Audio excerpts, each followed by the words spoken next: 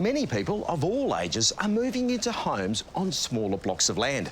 And while the space is reduced, it doesn't mean these gardens are any less colourful, attractive or productive. Quite the opposite. Gardening in smaller spaces is all about being inventive. Pots play a big part in adding life to small spaces. Depending on their size, they also make gardening mobile, allowing you to change the look of the yard by simply moving them around. When it comes to the type of pot to buy, think very carefully, not about the colour or the finish, but about the shape. Why, you ask? Well, here's a great example. This ficus is in desperate need of repotting. I'll talk about that shortly. The problem here is this pot narrows at the top, which is going to make it almost impossible to get out without breaking the pot.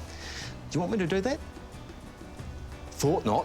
When you're buying a pot, try to go for ones that are straight or tapered that widen at the top. That way, the plant comes out easy.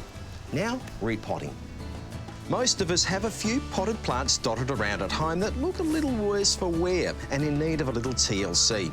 If it's been in the pot for more than 2 years and has had dieback on the branches or exposed roots or just seems to lack any vigour, a tight mass of root balls like this needs repotting. Generally, you can reuse your pot, but in this case, we're going for something much nicer and bigger. And before we start, I'll say this, you get what you pay for, particularly when it comes to potting mixes. Something like this Scott's Professional is ideal. It's got koi for water retention, it's got 6-month slow-release fertiliser and water crystals, everything your plant needs. I reckon I could grow in it. Now, the plant. Tease out the roots and remove anything badly twisted and gnarled. Shake off as much old potting mix as you can. Tidy up the root ball and add some premium potting mix to the new pot. Place the plant and top up. Water in. All we need to do now is trim off the top to balance the roots you've removed. Autumn is a great time to be repotting. Hey Kim, there's still a few more jobs to do over here.